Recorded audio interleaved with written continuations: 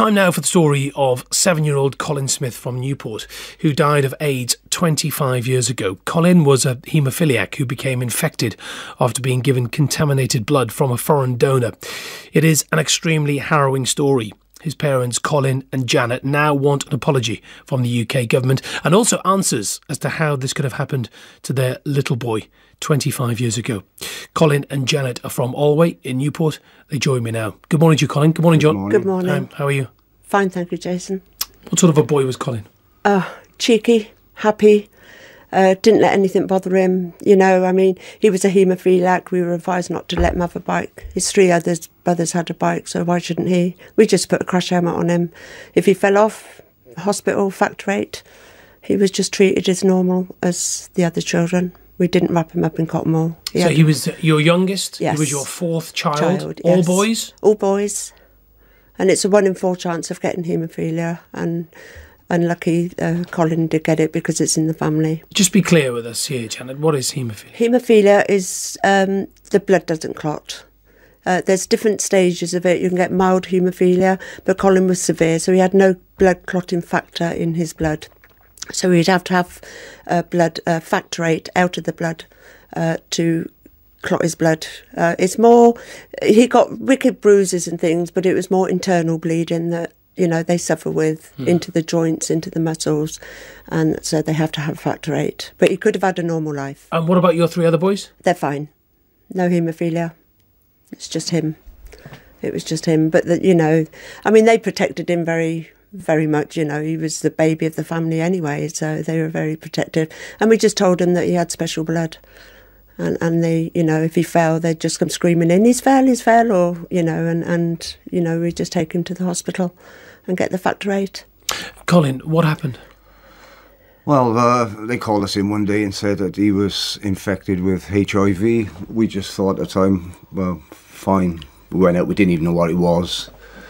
They called us in a couple of weeks later and said that the vital time be 3 to 5 years, and they were right. He got an infection, he couldn't fight it. We spent 4.5 months at the Heath, 24/7. Then he came out one day and said that there's no more they could do for him. So we decided at the time, well, we'd already discussed it, that if he's going to die, we'd do it at home.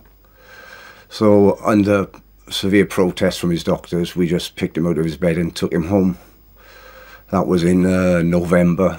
He died in January. It was a bit difficult at the time because his brothers were young. They had to watch what he was going through. But they coped. We thought they coped, but it did affect our sons. The one son, even today, still suffers with bouts of depression about it. And he was only 7 years old? Yeah. Colin was 7. The others were all under 12. And he weighed 13 pounds when he died. There was nothing left. We couldn't pick him up. 13 pounds? 13 pounds. We had to pick him up in sheepskin. We wrapped him in sheepskin. It's the only way you could move him. Because it hurt. And that's what it was like.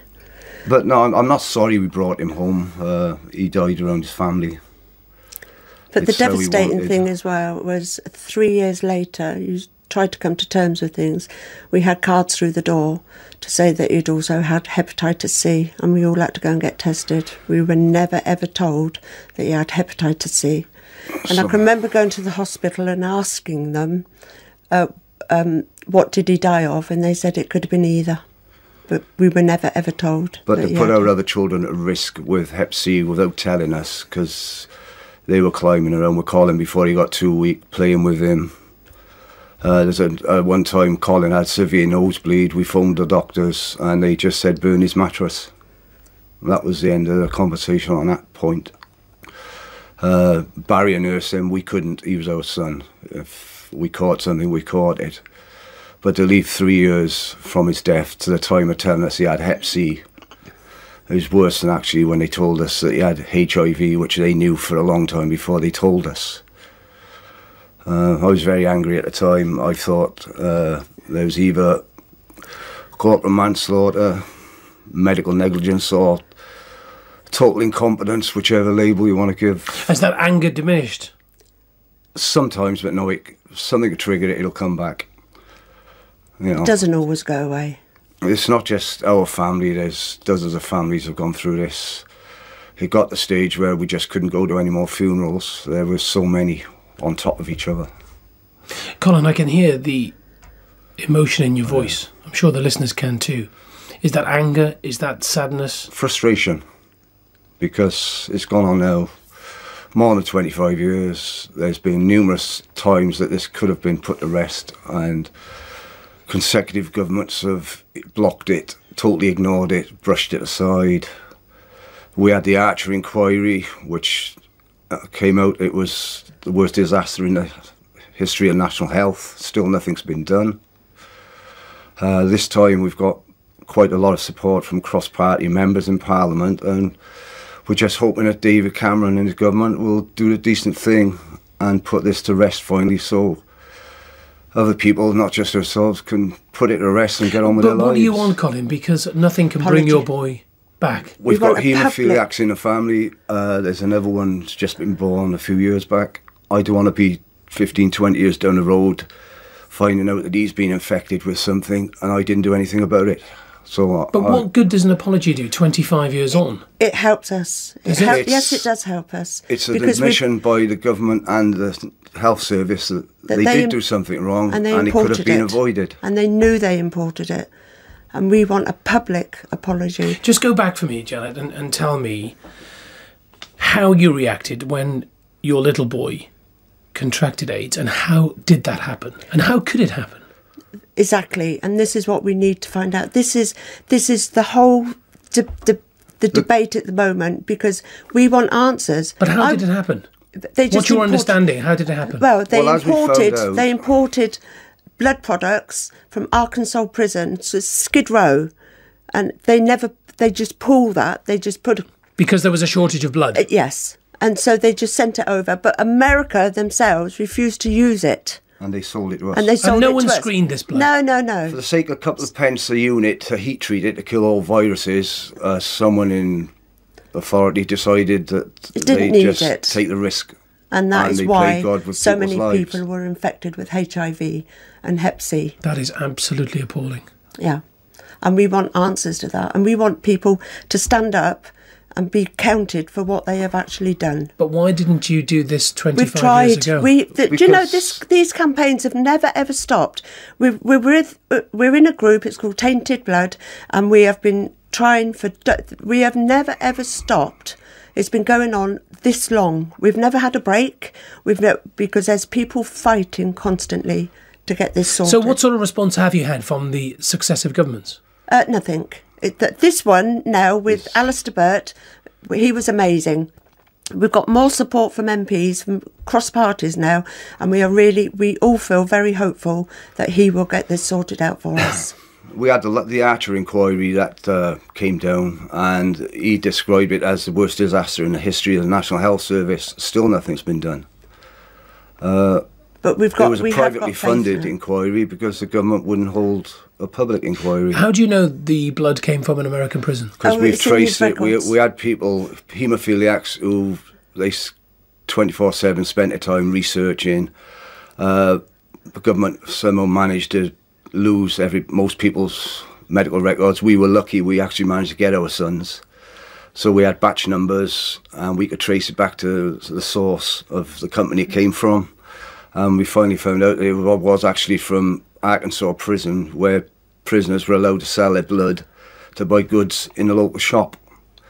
This was all pooled. You had drugs dealers, people were on God knows what viruses, and it was all pooled in one tub, basically. You only need one contaminated person to contaminate the whole batch of blood, which was eventually sold to Europe. Lots of my listeners getting in touch, Colin and Janet. This is Anne Davina Reeve, who's tweeted this in response to the tragic story of 7-year-old Colin. What a tragedy. I feel for the parents. They should have answers and indeed an apology and a better tracking system of blood. Janet, do you think about your boy every day? Every day. I write to him nearly every day. You write to him? Yeah. I put it down on paper, and I've got a little something that I'd like to read to. If I can have permission. Please do. Born to live, too young to die, and still we ask the question why. Why did you import it, where it came from?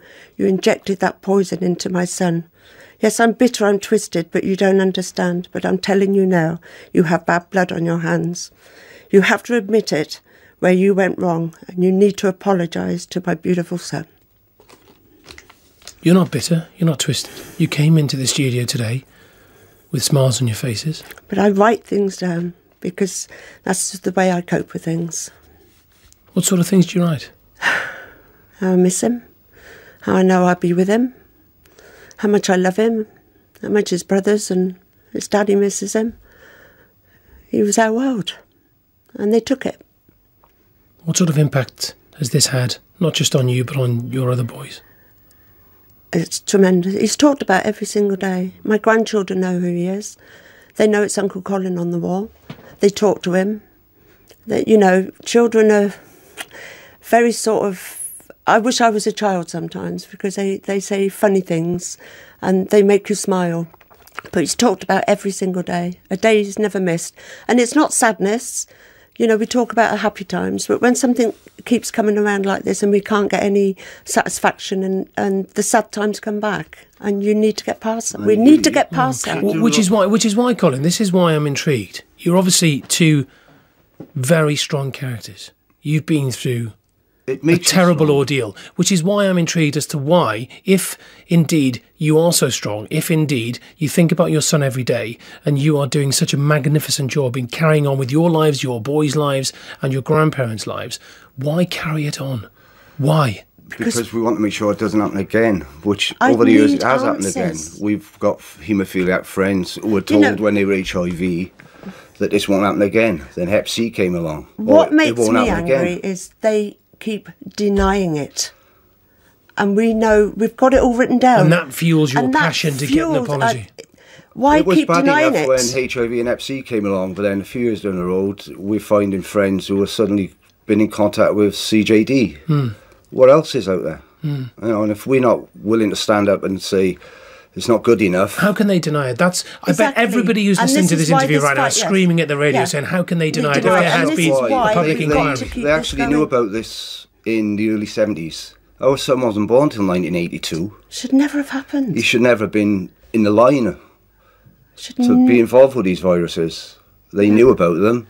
They should have been treating the blood so that this couldn't happen.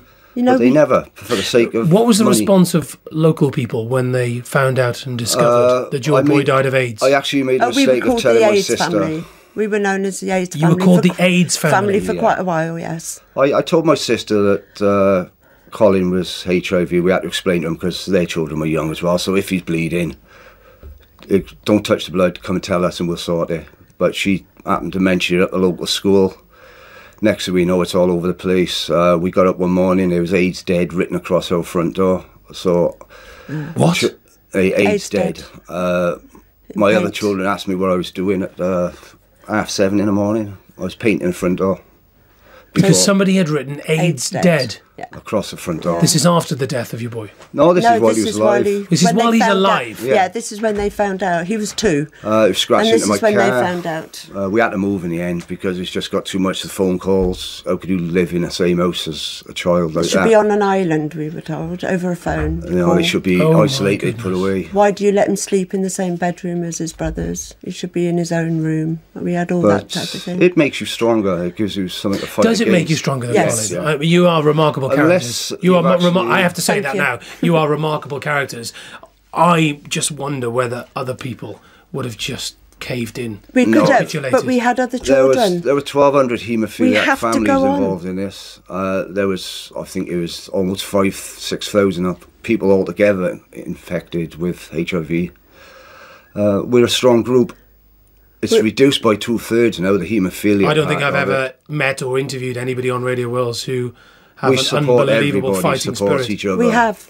We've got friends all over the country who we're constantly in contact with. Something happens, they support each other. And that's the way it's been for want answers. 25 years. Simple answers. And that is what we want. Just want answers. We just want an apology. Is there anything so wrong in wanting an apology? We know that nobody's going to actually be brought to justice for this. I'm not that naive. We just want to make sure it's out there and this is not allowed to happen again. That blood in this country is protected, which at present I'm not convinced it is. And it needs to be. What's the latest in the campaign? We're just waiting now for a Penrose inquiry to come out. That's in Scotland. That comes out on the 25th of March. I think it's 25th.